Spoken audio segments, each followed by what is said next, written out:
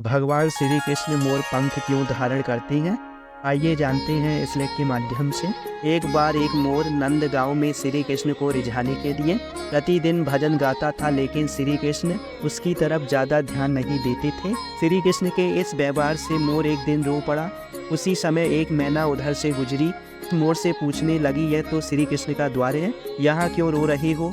मोर मैना को बताता है, श्री कृष्ण को रिझाने के लिए 1 साल से प्रतिदिन यहाँ भजन गाता हूँ, लेकिन श्री कृष्ण मेरी तरफ ध्यान नहीं देते हैं। मैना कहती है, अगर श्री कृष्ण की कृपा प्राप्त करनी है तो मेरे साथ राधा रानी के द्वार बरसाने चलो।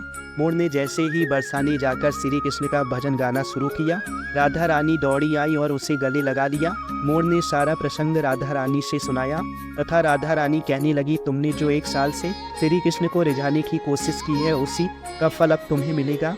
अब तुम जाकर श्री कृष्ण को कुछ और सुनाना।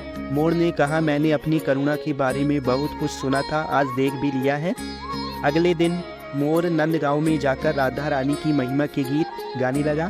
श्री कृष्ण उसी समय दौड़कर आए और उसे गले लगा लिया। मोर कहने लगा, अरे छलिया, 1 साल से तुझे रिझाने की कोशिश कर रहा हूँ, लेकिन तूने कभी ध्यान नहीं दिया।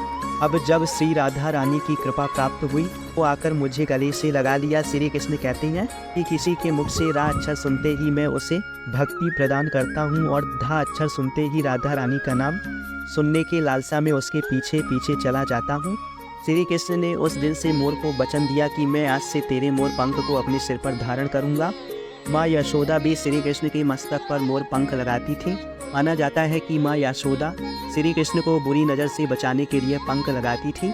पौराणिक कथा के अनुसार माँ यशोदा को किसी ऋषि ने बताया था कि तुम्हारे पुत्र को सर्पदंश योग है, उसे जीवन में सर्प से खतरा हो सकता है। उन्होंने इसके निवारण के लिए माँ यशोदा को श्री कृष्ण के मस्तक पर मोर पंख लगाने को कहा, इसलिए माँ यशोदा श्री कृष्ण के मस्तक पर मोर पंख लगाती थी।